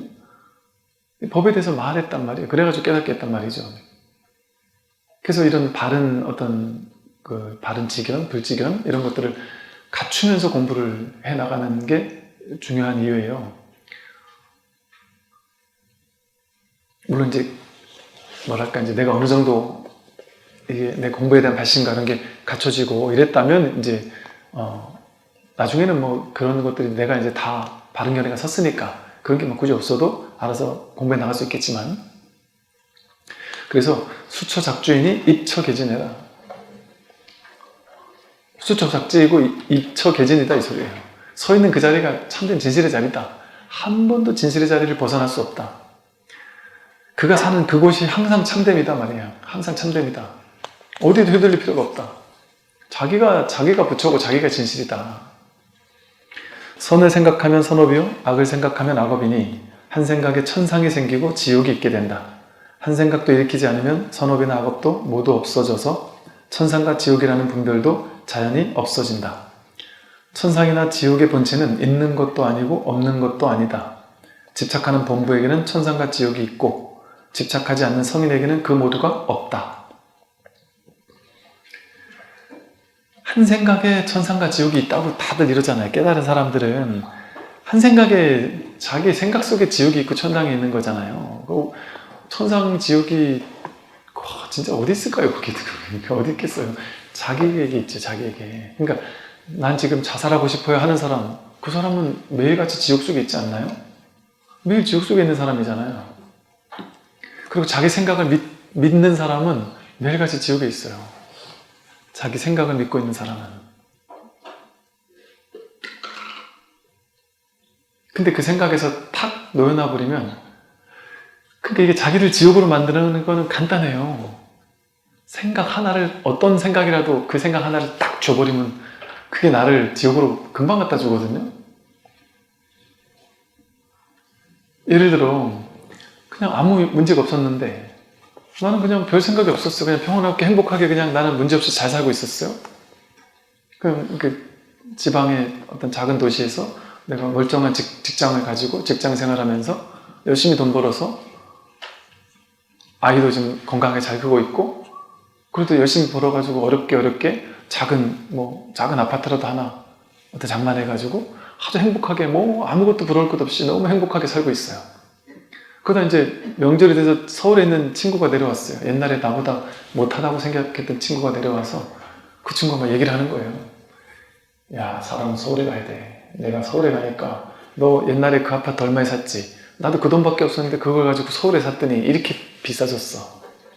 내가 서울에 사니까 여기저기 이런저런 일이 벌어졌고, 너 지금 여기서 이게 만족스럽지만 이거 너 어리석은 생각이다. 이게 뭐 만족이냐. 돈 그거 벌어가지고 너 어디 사지도 못한다. 예를 들어 이런 얘기를 하는데 그것도 아주 기분 나쁘게 막 무시하면서 얘기를 하기 시작했다. 옛날에 내 가방 들던 앤데 만약에 그랬다. 그래서 이제 그날 갑자기 충격을 받았다. 예를 들어.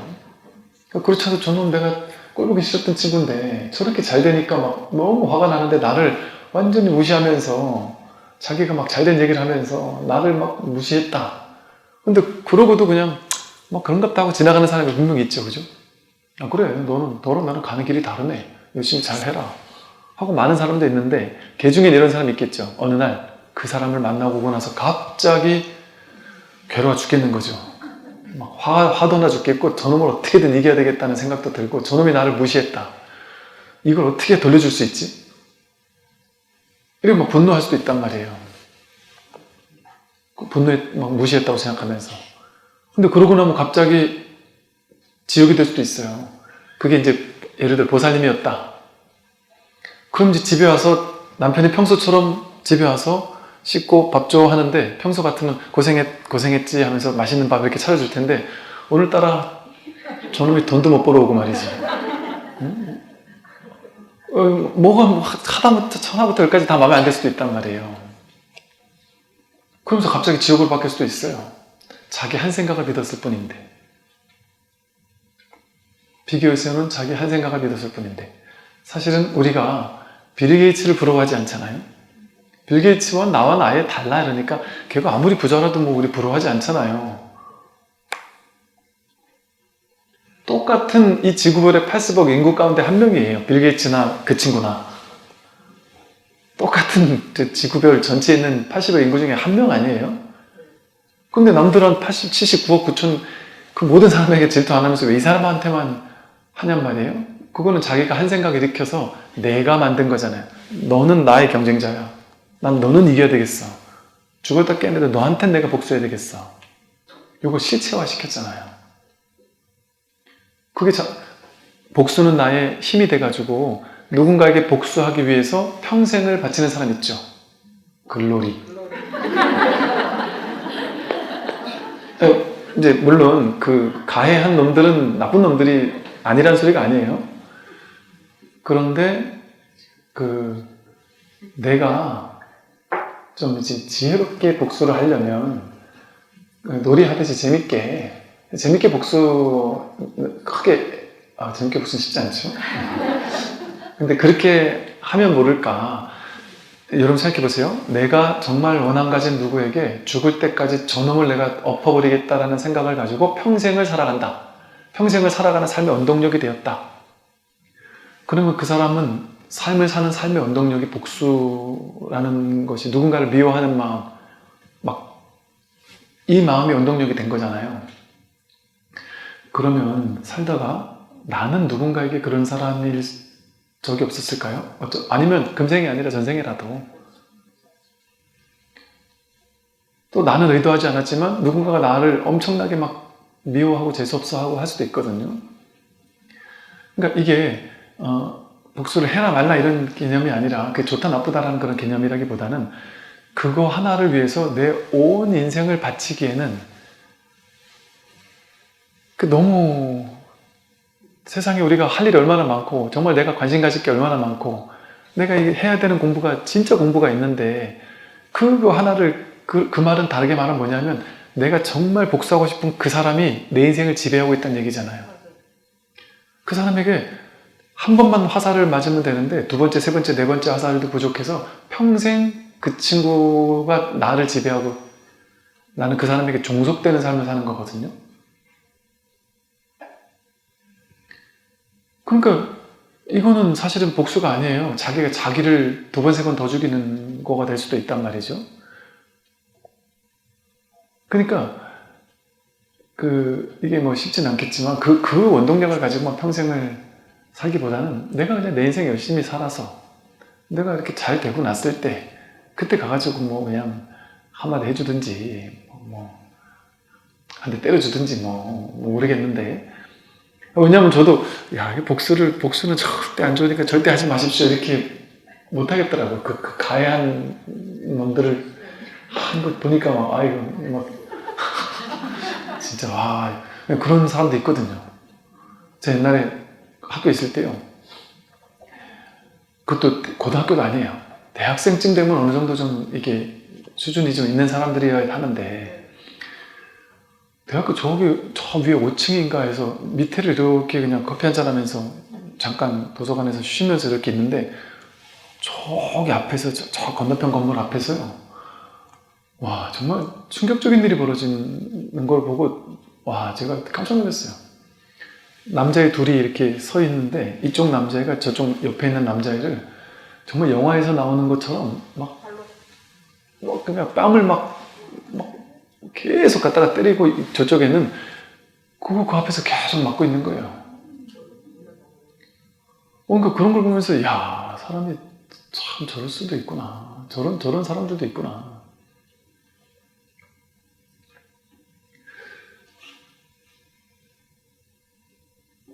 그래서 뭐랄까 이렇게 이것이 정답이다, 저것이 정답이다 이럴 수는 없겠죠, 그죠? 근데 그게 너무 억울한 것 같아요. 그렇게 나쁜 놈한테 내 인생을 바친다는 거, 그 나쁜 놈한테 내가 인생이 종속된다는 거. 그래가지고 나도 진짜 저렇게 되는 것보다 내가 차라리 멋지게 진짜 멋있는 사람이 돼가지고 열심히 살아서 행복하고 멋진 사람이 되어가지고 그런 학에 오히려 탁 나타나는 게 더 큰, 어찌 보면 막 그럴 수도 모르겠어요. 그래서 어쨌든 이렇게 이게 다 천상과 지옥 이거 따로 있지 않아요. 이걸 이렇게 정하라는 소리는 아니지만 자기 한 생각이 천상이고 한 생각이 지옥이에요. 그러니까 죽고 나서 지옥 가면 어쩌지 이런 거 괜히 쓸데없이 들어갈 필요 없어요. 지금 자기 지옥을 없애야지. 지금 자기 분별의 지옥을 없애는 그 공부하는 거거든요. 그러니까 죽고 나서 지옥 가지 않았으면 좋겠어요. 그거 하는 게 아니고 이 공부는 지옥 가지 않게 해주세요 뭐 이렇게 하는 게 아니라 지금 자기가 만든 자기 지옥 여기서 지금 노연하는 거예요. 지금 이게 다 한 생각의 일이기 때문에. 다른 수줍음을 타는 듯 자주 구름 속에 숨는다.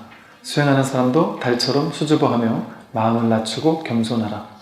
남이 이익을 얻거나 공덕을 지을 때 그것을 시기하지 말고 자기 자신의 일처럼 칭찬하고 기뻐하라. 자기를 높여 뽐내지 말고 남을 깔보고 업신여기지 말라. 그 수행자가 겸손을 하고 하심을 하라고 하는 이유는 나라는 상을 만들어 놓으면 나라는 상이 이렇게 강해지잖아요. 본래 나랄 게 없기 때문에 나라고 내세울 만한 뭔가가 없기 때문에 자기를 내세울 게 없는 거예요. 그래서 자기를 나라는 상을 깨라는 거예요. 상을 깨라는 거. 근데 우리는 조금만 이제 뭐 좀 잘하고 심지어는 공부를 잘하고 수행을 잘한다 이러면 이걸 자랑하고 싶어하고 뭔가 자꾸 내세우고 싶어하고 뭔가 말로 이렇게 표현하고 싶어하고 남들이 나를 이렇게 좀 훌륭한 사람으로 봐주길 원하고 이 아상과 에고가 얼마나 강렬하고 질긴지 깨달았잖아요. 깨닫고 나면 거의 100% 깨달은 아상이 생겨요. 깨달은 아상. 중생이었던 아상이 깨달은 아상으로 옮겨가요. 그래서 나는 깨달았다. 너희들과는 나는 차원이 다르다. 이런 상에 빠진단 말이에요. 자기 스스로.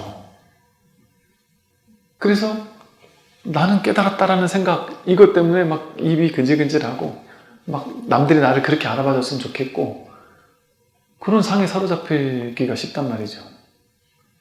그래서 딱 이 자리를 확인하고 나자마자 스승들이 제자들에게 무슨 말을 하냐면 그래서 무건이 나온 거예요. 무건. 스님들이 이렇게 무건 편말 달고 한동안 있는 이유가 딱 깨닫자마자 무건 달아주기가 제일 좋은 적절한 시기예요. 그때 이제 날뛰거든요. 이게 막 그냥 이 법을 확인한 거에 대한 어떤 흥분도 있고 뭔가 막 말하고 싶고 또 정리하고 싶고 막 머릿속에서.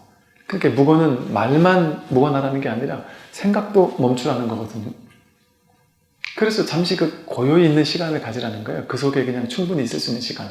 섣부르게 막 말로 해가지고 이렇게 얘기하지 말라는 것이죠. 그래서 그때는 잠시 하심하고 나를 내려놓고 침묵 속에서 그냥 좀 있으라고 하는 거예요. 자기가 잘났다고 여기는 생각을 믿잖아요. 잘났다고 여기는 생각을 믿는 것 자체는 마음속에 어떤 마음이 있는 거냐면 나는 잘났고 높여도 되는 사람인데 상대방은 낮추고자 하는 둘로 나누는 차별심, 분별심이 가득한 사람인 거거든요. 그러니까 내가 잘났다 하는 사람, 나는 깨달았다 하는 사람은 아주 어리석은 사람이죠.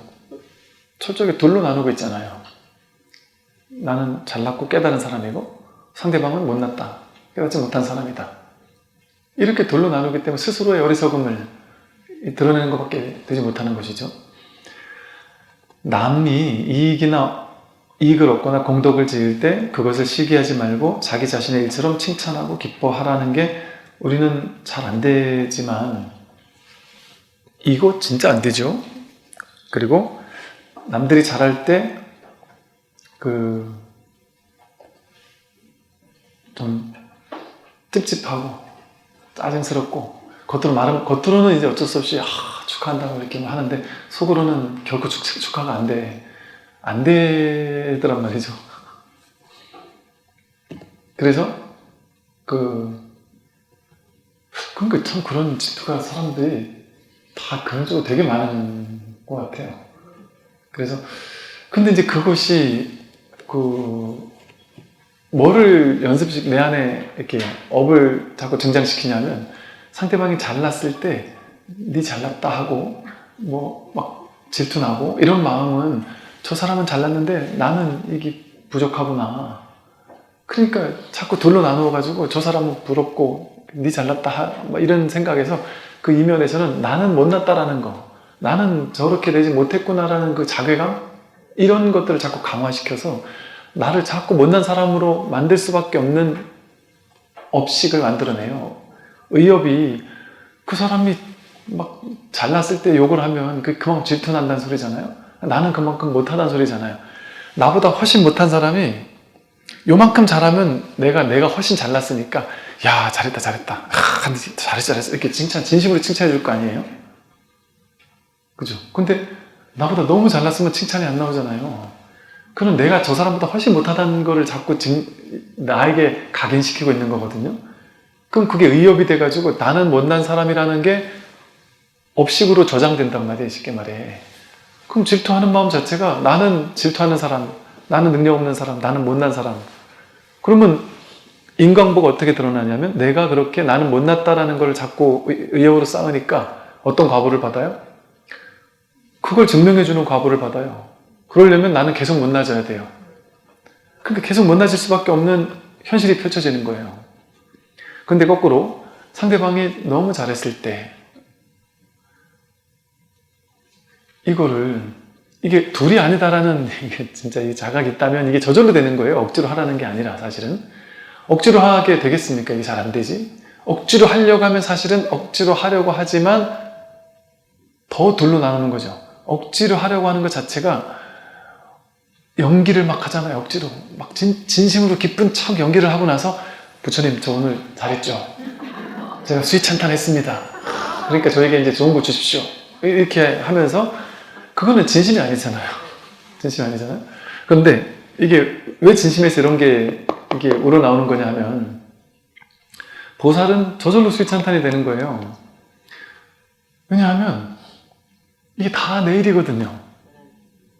이게 이 법이라는 한마음, 이 허공성의 이 한마음, 공적영지한 이 한마음, 마음 하나가, 그러니까 이게 좀 쉽게 설명을 하면 마음 하나가 똑같이 여러분 모두의 마음 속에 동등한 마음이 일단 일미진종함시방 일직일체 다지기르잖아요. 한 티끌 속에 이 광대무변한 이 부처님 마음이 고스란히 가득 담겨 있단 말이에요. 한 티끌 속에 우주 전체가 담겨 있다니까요. 그러니까 즉 내 마음이 곧 우주 전체와 다르지 않은 마음이라니까요. 그리고 상대방 마음도 동등한 그 우주법계의 마음, 그 마음 하나예요. 그 마음 하나를 모두가 살림살이로 쓰고 있단 말이에요. 그건 다르지 않은 마음이에요. 그러니까 상대방이 잘한다? 그럼 내가 잘하는 거예요. 진심으로. 정말 내가 잘하고 있는 거거든요. 그래서 상대방이 정말 잘하는 사람, 아름다운 사람, 거룩한 사람, 정말 멋있는 사람, 선행을 잘 베푸는 사람, 뛰어난 사람, 그런 사람을 보면 우리의 존재 본연의 아름다움을 확인하는 거죠. 그렇지. 존재는 본래 이렇게 아름다운 거지. 존재의 본성은 이렇게 멋있는 거지. 이제 음악 같은 거 너무 감동적으로 부르는 음악 한 곡을 들었을 때 정말 너무 감동스럽고 막 찬탄하게 되잖아요. 그럴 때 정말 그게 우리의 성품이 아름답게 드러났을 때 그런 아름다운 음악으로 드러날 수 있는 것이고 또 무엇을 하든 그 아주 성격이 너무 좋다거나 뭐 외모가 너무 아름답다거나 뭐가 됐든 좋은 어떤 모습을 볼 때는 야, 이 우리라는 존재 본연의 아름다움이 저렇게도 드러날 수 있구나. 저렇게 아름다운 것이었구나. 정말 훌륭한 사람을 보면 와, 정말 또 다른 나가 저런 연극을 펼치고 있구나. 나는 내 안에서 일어나는 이 생각, 막 분노하고 질투하고 욕심 많고 이 생각도 보고 살지만 저 사람을 보면서 나의 저런 측면이 또 저렇게 드러나고 있구나. 굳이 말로 표현하자면 뭐 그렇게 이렇게 설명을 하는 거예요. 이런 측면이 있다는 거죠. 그래서 그렇게 되면 그 사람이 진짜 자기거든요. 그래서 진짜 나로 느껴지면 수위찬탄 안 할 수가 없죠. 진심으로 기쁜 거죠. 진심으로 놀라운 아름다움이죠. 와, 이 세상이 이렇게 아름답구나. 세상에 살아가고 있는 사람들 한 명 한 명이 이렇게 아름다울 수가 있구나. 거기에 너무나도 정말 감동스러운 거죠. 한 사람의 아름다운 선행을 만났을 때 너무나도 놀랍게 감동스러운 거죠. 그래서 이게 막 소름이 끼치도록 감동스럽고 정말 아름다움을 느꼈을 때 내가 한 것 같은 동등한 아름다움, 동등한 수희찬탄을 느끼잖아요. 그런데 이 생각이 너는 너고 나는 나야 라고 둘로 나눈 거는 딱 이 생각 하나거든요. 근데 이 생각이 내려놔지잖아요, 그 순간에. 이 생각이 내려놔지니까 본질에는 둘이 없단 말이에요, 원래가. 원래가 너와 나는 둘이 아니란 말이에요. 그 잘난 사람이 나라니까요. 그 훌륭하고 아름답고 멋있는 사람이 나라니까요. 그러니까 내가 분별을 가지고 질투하고 이런 생각 없이 진심으로 수위찬탄을 할 때 예쁜 사람 보면 예쁘다 하면서 이렇게 입이 뭔가 하면서 막 짜증 썼다고 그러는데 진심으로 사람이 어떻게 이렇게 예쁠 수가 있지? 아침에 거울에서 본 걔는 별로 안 예쁘던데 얘는 참 예쁘네. 정말 예쁘다. 근데 그렇게 그래서 이제 이런 표현을 쓰는 거예요. 아름다운 걸 수인찬탄을 많이 하는 사람은 다음 생에 예쁜 얼굴로 태어난다. 그게 다른 말로 절에 부처님 전에 꽃공양을 많이 올리면 다음 생에 예쁘게 태어난다 하는 경전의 내용이 있잖아요. 인과경이 있잖아요. 그 말이 그 얘기예요. 꽃으로 공양 올려서 되는 문제가 아니라 이 세상 모두를 한 송이 아름다운 꽃으로 바라볼 줄 아는 사람, 그런 마음이 어변으로 인연으로 연습되잖아요. 그럼 세상 모든 것이 아름답게 보이는 거예요. 그럼 그것과 같은 파장이 인광부로 나에게 드러난단 말이죠. 그런 사람은 이제 점점 인물도 좋아지죠. 인물도 예뻐지고. 우리 옛날에는 너무 예뻤는데 완전 저렇게 예쁠 수 있나 싶었는데 나이가 들면서 정말 아주 이게 희한하지. 저 사람은 분명히 이쁜 얼굴이긴 한데 뭔지 모르게 이렇게 좀 미운 그런 사람도 있고, 또 어떤 사람은 인물은 영 별로이지만 뭔지 모르게 참 사람을 끌고 참 그 못난 얼굴조차도 참 이렇게 푸근하고 뭐 이렇게 아름다운 사람도 있거든요. 너무 외모 비평을 했나? 그런 사람이 있듯이 자기가 어떤 마음을 가지고 사느냐에 따라 사실 외모도 달라지죠, 당연히. 그래서 이게 이제 이게 본문을 이제 이렇게 그냥 듣다 보면 자기가 문득 자기를 확인해서 저 스님 하는 말 진짜였구나. 이게 확인되면 이제 뭐 이런 말이 필요가 없어요. 그러더라도 이제 한동안은 자기 업습을 어쩔 수 없겠지만, 근데 이게 꾸준히 이렇게 들음으로써 부처님 말씀이 그거잖아요. 너가 깨닫지 못했더라도 시론, 보시 많이 하십시오. 개론, 착한 일을 많이 하세요. 말로, 생각으로, 행동으로 착한 일을 많이 해야 좋은 곳에 갑니다. 생천론, 천상세계 갑니다. 다음에 좋게 태어납니다. 이런 식의 법문을 부처님이 하셨단 말이에요. 이 쉬운 법문을. 왜 그럴까요? 이렇게 바른 법문을 그냥 꾸준히 좀 듣기만 하더라도 내가 여기 마음을 열게 되는 거예요. 너는 너고 나는 나야. 이 생각만을 가지고 살다가 너가 나일 수 있는 이 가능성에 마음을 닫지 않는단 말이에요. 내가 아직 깨닫지 못해 그렇지 깨닫고 난 다음에 저걸 깨닫는 것일 수 있겠구나. 그렇다면 일단 난 아직 깨닫지 못했으니까 모르지만 이 종교는 신심부터 시작하는 이유가 거기 있어요. 신해행증 이라는 이유가 거기 있어요. 일단 먼저 믿는단 말이에요.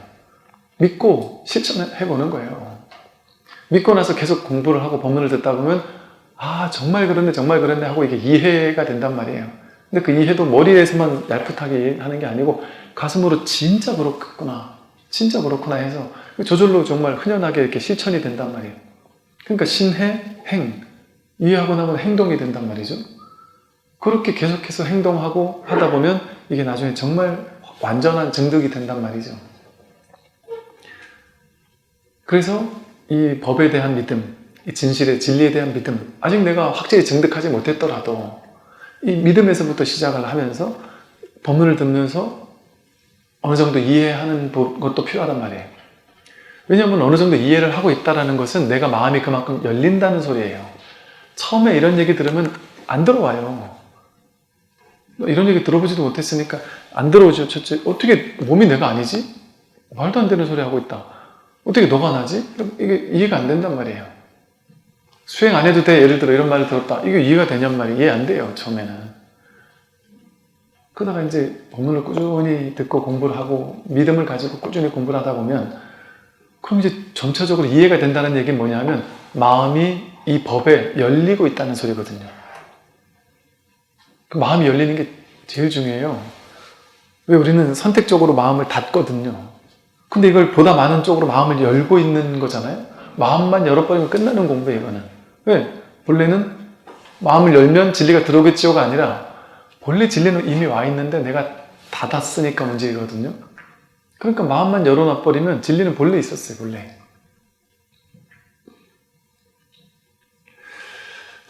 그래서 이렇게 진심으로 내일이구나. 이 세상 모든 일들이 다 찬탄할 일들이에요. 모든 일들이. 신문 기사를 보더라도 거기서 아름다운 신문 기사를 보면서 그 수희 찬탄하고 아름다운 사람을 보면서 정말 그러니까 이렇게 한번 방편으로 설명해 보면 내가 저런 모습으로 드러났구나. 내가 또 저런 아름다운 모습으로 드러났구나. 내가 또 저런 아름다운 모습으로 드러났구나 하면 얼마나 정말 놀라운 아름다움과 충만감이 있겠어요? 그리고 좀 미운 사람들, 좀 잔혹한 사람들, 이런 사람을 보면 그냥 어쩔 수 없어요. 그런데 측은한 마음을 느낀단 말이에요. 측은한 마음을 느끼고 저들도 어떻게든 조금이나마 좀 좋은 삶을 살았으면 좋겠다. 왜? 저들이 나니까. 저들이 조금이라도 좋아져야 되니까. 그러나 그렇다고 그 사람을 내가 가가지고 반드시 구제해야 되겠다 하고 여러분이 무조건 악의 속으로 들어가서 반드시 저 사람은 내가 해야 되겠다는 그 오지랖이지 그건 사명감이 아닐 수 있거든요. 근데 굳이 그럴 필요까지는 없어요. 나와 인연된 사람을 완벽하게 구제하겠다는 거 욕심이에요. 완벽하게 구제하려고 생각하지 않고 뭐가 진리와 가까운 거예요. 부처님도 어디부터 시작했어요? 착하게 사는 것부터 시작하라고 했잖아요. 선을 실천하고 악을 짓지 않는 것부터 시작하라 그랬잖아요. 이 공부 시작을 그렇게 한단 말이죠. 그러니까 나와 가까운 사람이 나로 인해서 작은 선이라도 실천할 수 있도록 내가 할 수 있는 작은 어떤 것을 베풀 수 있단 말이에요. 상대방이 싫어하지 않는 선에서, 부담스러워하지 않는 선에서. 작은 거는 할 수 있거든요. 그냥 그 사람을 보면 싱긋 웃어주는 것도, 오늘 되게 행복해 보인다? 오늘 얼굴도 좋아 보인다? 좋은 말 한마디 이렇게 해주는 것조차 그 사람을 조금 밝아지게 만들어줄 수 있잖아요. 그러니까 이거 꼭 법을 전해야지만 법이 아닌 거예요. 부처님도 상대방에게 보시, 애어, 이행, 동사 베풀어주고, 말로, 생각으로, 말로, 행동으로 베풀어주고, 애어, 사랑스러운 말을 해주는 거, 이게 보살의 실천이거든요. 그리고 그들에게 이로운 행을, 작게나마 이로운 행을 해준단 말이에요. 그리고 그가 힘들었을 때 그와 같이 그곳에서 같이 힘들어해주면서 같이 일을 하면서 그들을 구제해주고. 그래서 이렇게 정말 이것은, 이 수위찬탄이라는 것은 정말 이게 왜 불교 경전에 이런 말이 나왔는지가 옛날에는 몰랐어요. 옛날에는 그냥, 야, 뭐 수위찬탄하면 좋은 값지? 나쁜 게 아니지 이랬는데, 좋은 값지가 아닌 거예요. 이게 진짜였구나. 진짜 자기였구나. 그 수위찬탄 안 할 수가 없는 거예요. 안 할 수가. 그래서 자기를 높여서 뽐내지 말고 남을 깔보고 업신여기지 마라. 자기를 뽐내서 높이려고 하는 그 아상이 남들을 까도뭉개는 생각이잖아요. 남과 나를 자꾸 둘로 나누는 거예요. 나를 자꾸 높이려고 하면 내 마음속에 뭐가 연습되냐면 남들을 깔보는 게 연습돼요. 그럼 마음에 연습된 게 인과응보로, 과보로 나에게 와요. 남들을 자꾸 깔보니까 내 인생에 깔볼 수밖에 없는 현실이 찾아와요. 남들이 나를 깔볼 수밖에 없는 현실. 남들이 나를 깔보려면 나는 무너져야 되거든요. 좌절하고 절망하고 그래야 되거든요. 그래야 사람들이 나를 계속 깔볼 거니까. 그게 내가 남들을 깔본 과거로 그런 과거가 올 수밖에 없는 것이죠. 그래서 불교에서는 상대방을 부처님처럼 높여주고 수위찬탄하고 사랑하고 존중하고 찬탄하는 얘기가 맞나죠. 칭찬하고 찬탄한다. 수위찬탄해준다. 그들의 장점들을 찬탄해 주었을 때 이 작은 것이 불법의 실천이라니까요. 거창한 것만 수행이 아니라. 여기까지 말씀드리겠습니다. 선물해 주십시오.